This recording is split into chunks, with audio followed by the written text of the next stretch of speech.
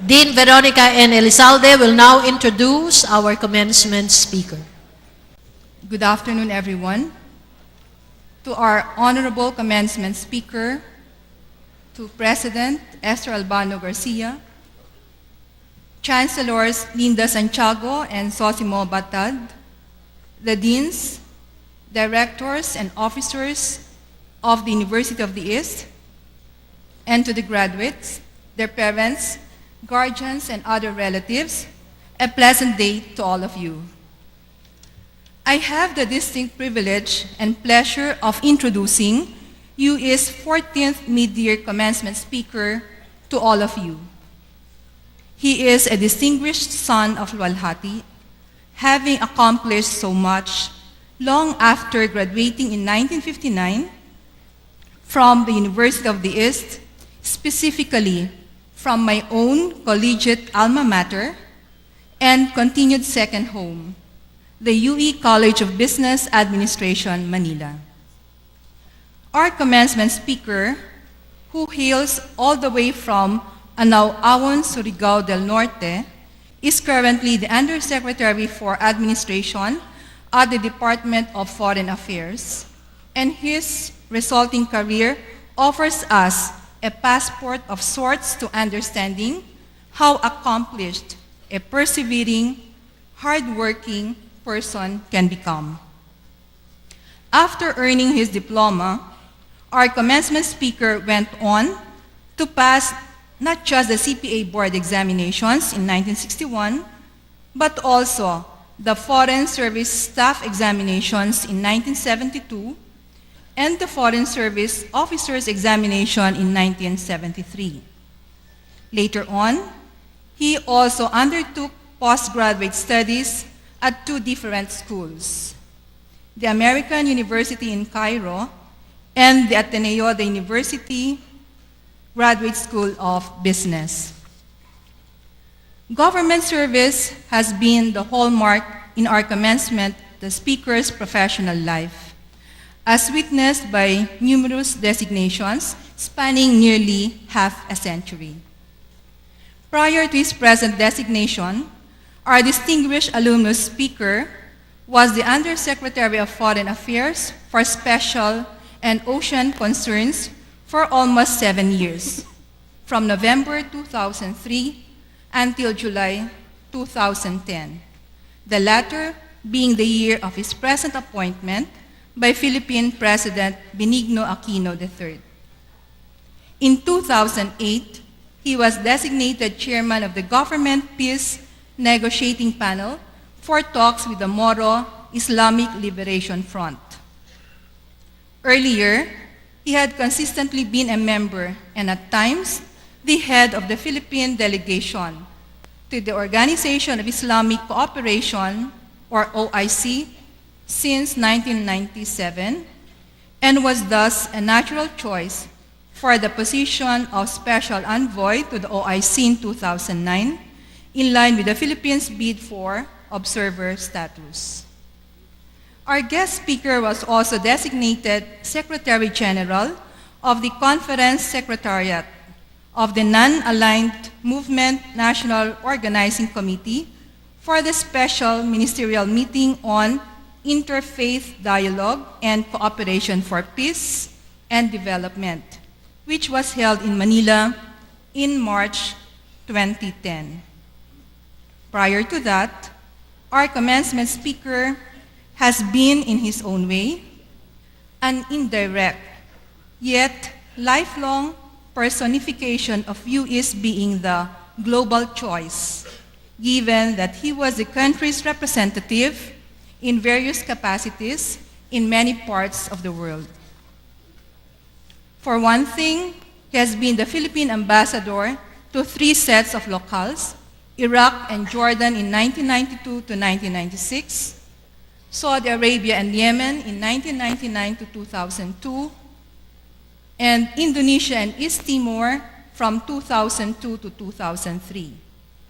He was Deputy Chief of Mission in Tripoli, Libya from 1988 to 1991.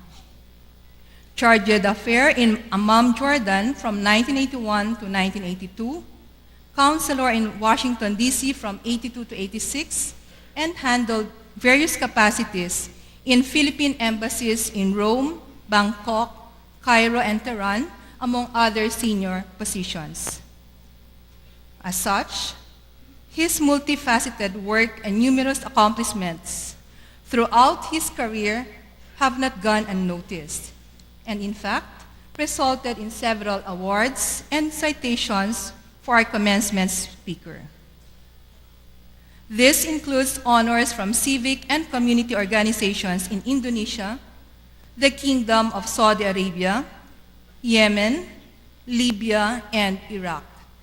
In 1997, he was conferred the Distinguished Service Award by our country through the Secretary of Foreign Affairs. In 2005, he received a presidential citation for his leadership of Team Iraq, which successfully negotiated for the release of Filipino hostages being held in Iraq. Our distinguished alumnus was twice honored in 2006. First, through the prestigious Order of Sikatuna, with the rank of Datu, the highest presidential award bestowed on government officials and employees. And second, by UE, as one of the university's Diamond Jubilee Alumni Achievers.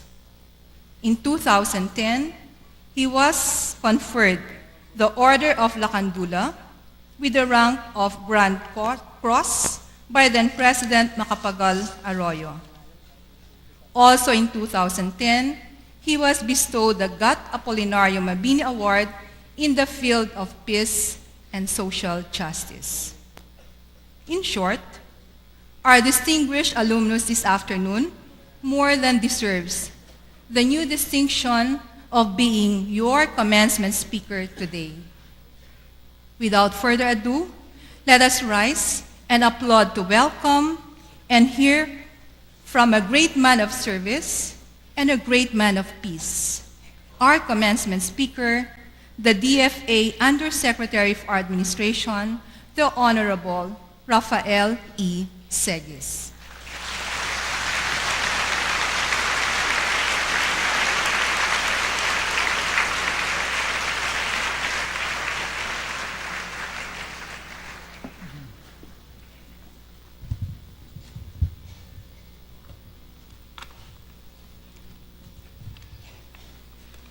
Thank you. Start.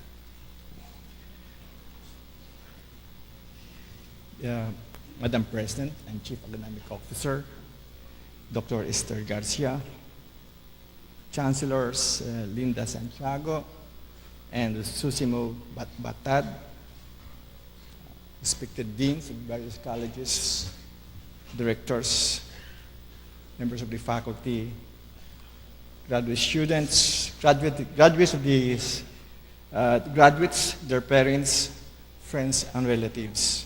Good afternoon po. Magandang hapon po sa inyong lahat.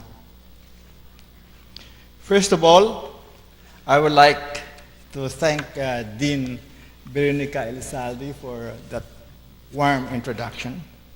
And also allow me to offer my warm welcome to the entire class of Midyear 2012 and all the parents and relatives who are here today.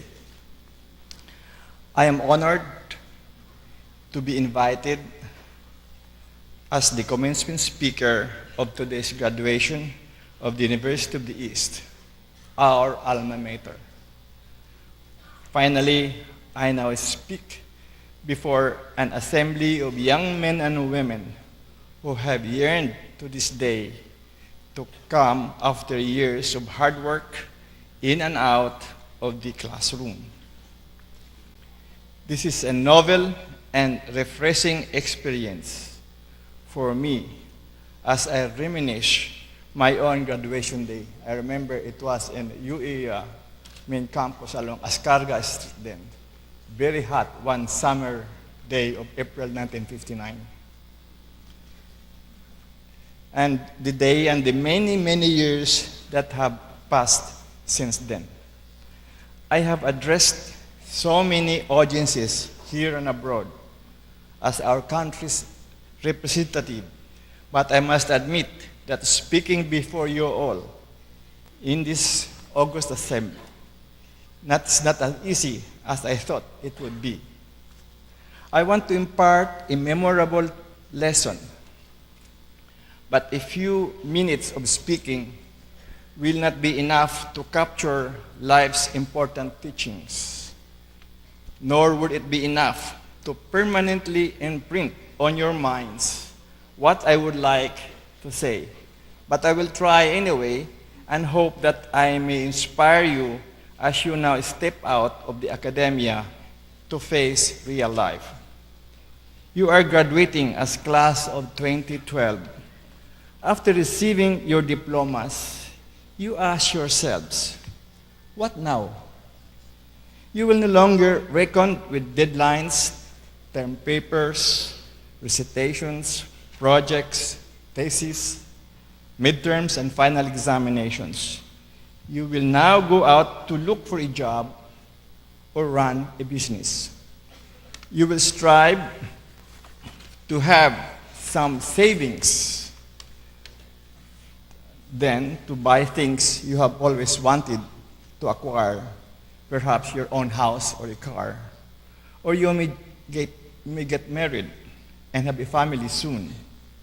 Whatever you plan, you now enter a new phase of life. It is both scary and exciting thought. Commencement means beginning, starting anew. This is the most exhilarating part of your young lives. As you look at the horizon, pondering the many avenues open to you in your career and your life in general. Remembering now how I started, I was then as hopeful as you are, still oblivious to life's challenges and surprises. I would say my life is not something that has followed a carefully planned course. In fact, some of the most important decisions in my life are those that were not planned at all. When I finished high school in Surigao High School, in Surigao del Norte, I was supposed to enroll in engineering in UP Diliman because I passed the entrance examinations then. But on my way to UP, I passed by the University of the East along Escaraga, which was close to where I used to live. Since I considered Diliman too far for me, I decided then and there to take to accountancy in UE. That was a decision that I did not regret, especially as UE in the 1950s produced top-notchers in the CPA board examinations. My career in the Department of Foreign Affairs likewise began as a mere happenstance or accidental. After graduation and passing the CPA board examinations, my first job was an accountant in a company called, I wonder if you heard this, First Nationwide Credit Corporation, a subsidiary company of DRB Marketing Corporation along Santa Mesa, with a monthly salary of 230 pesos. I wanted to transfer to another job, and on my way to SGV, where I was really willing to accept a job even as 180 pesos as junior auditor. Then on San Luis Street, now Team Calao, to take an examination, I read in the Manila Chronicle that the Department of Foreign Affairs needed accountants. So I walked to Padre Farah and applied in the DFA, was accepted, and was initially offered a monthly salary of 140 pesos a month. Oh my God, I said. At the time, I was supporting a brother of mine who was studying at the University of San Carlos in Cebu City. After haggling, I agreed to a 215 pesos monthly salary, which is 15 pesos lower than what I was getting in my first job. The rest, as they say, is history. I basically moved up the foreign service ladder from the lowest staff level to undersecretary in the DFA. I worked very hard every step of the way. I also made a point to continually improve myself. From being a staff accountant, I took the first Foreign Service Staff Officers examination then. After that, I also took the Foreign Service Officers exam, and I both passed the examinations. I became a career diplomat, a Foreign Service officer, eventually becoming ambassador many years down the line. I was to retire mandatorily in 2004, already an Undersecretary of Foreign Affairs, but I was reappointed by then President Gloria Macapagal Arroyo. I was hoping to finally retire when the new administration came in, but President Benigno Simeon Aquino III continued my appointment as DFA Undersecretary. Just this May 2012, I celebrated my 50th anniversary in the Department of Foreign Service. I can proudly claim that I am the longest-serving diplomat in the DFA today.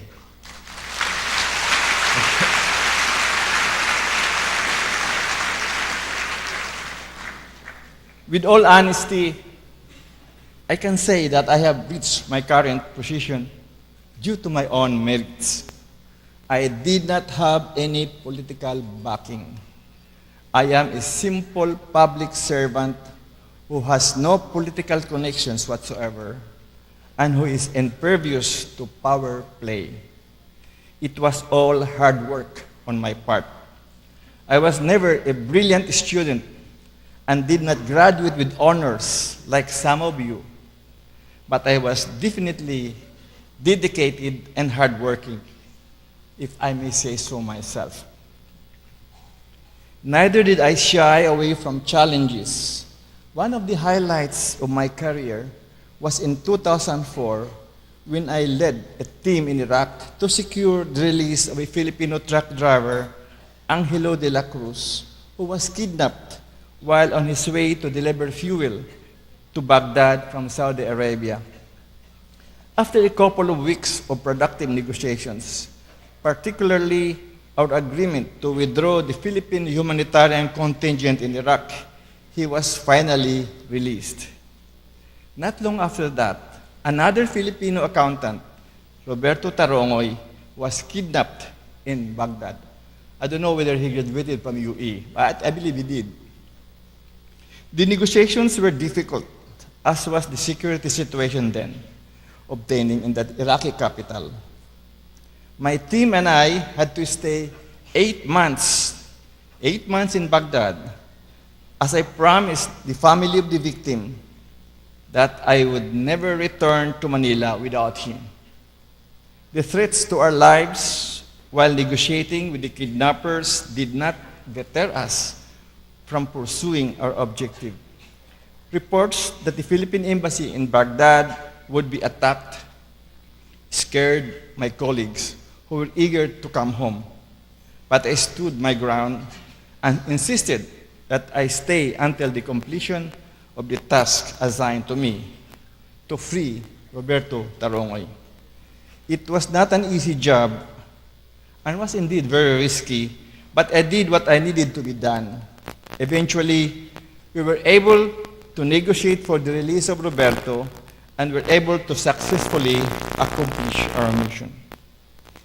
I believe that I was given a presidential citation and subsequently decorated with the Order of Dato Si Catuna, the highest award or distinction given to government officials and employees, for my perseverance and dedication. But beyond accolade, it is the sense of fulfillment of seeing the fruits of my hard work that is the highest form of reward. Up to this day, I continue to go personally to conflict-stricken areas like Damascus in Syria, to help OFWs to return to the Philippines in fulfillment of one of the Department of Foreign Affairs mandates, which is to assist Filipino nationals wherever they are. I am sharing all these things not to talk about myself, but merely to demonstrate an important lesson. The future is uncertain.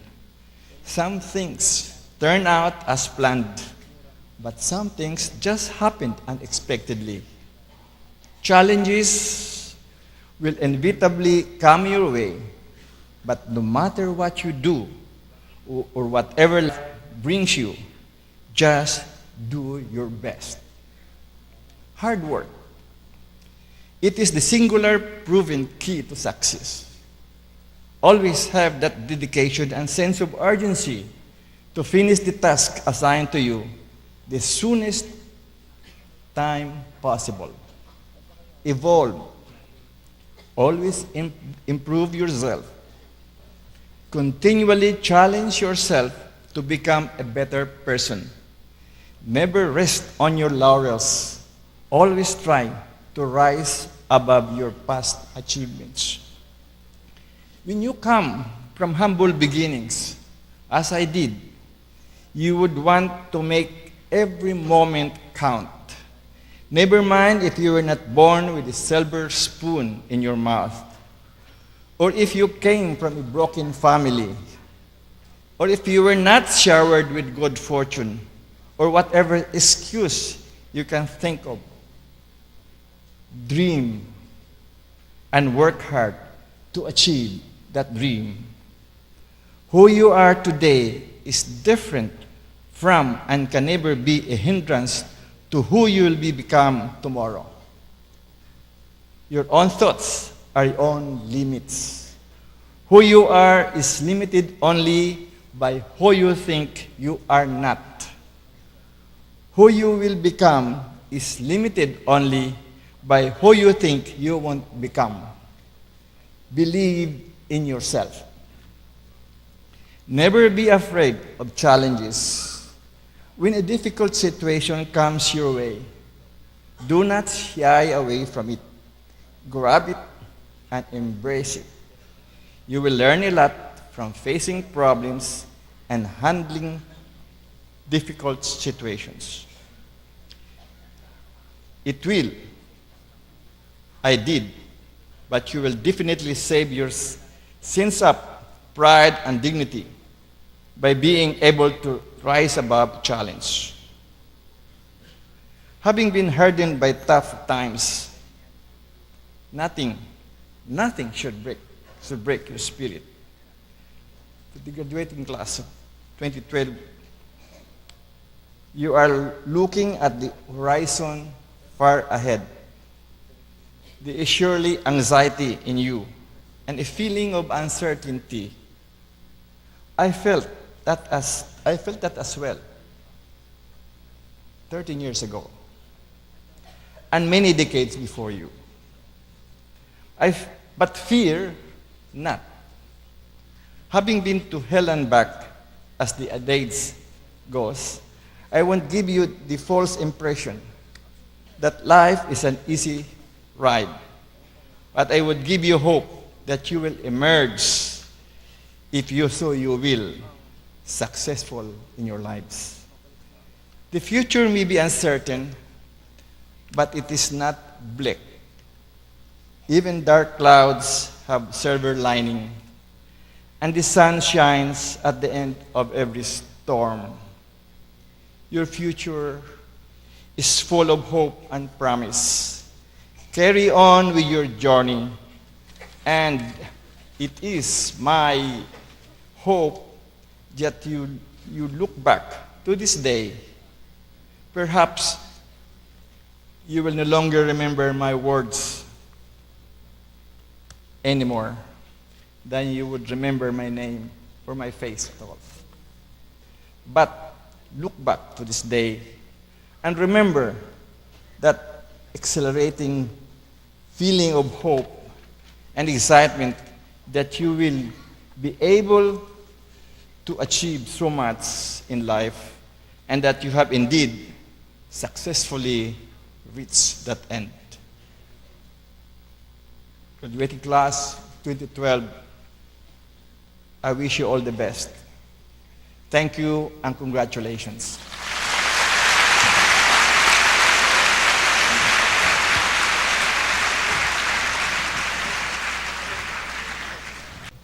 Thank you also, Yusek Segis, for sharing with us your life story, your courageous acts, and those pieces of advice which will definitely serve as an inspiration to our young graduates.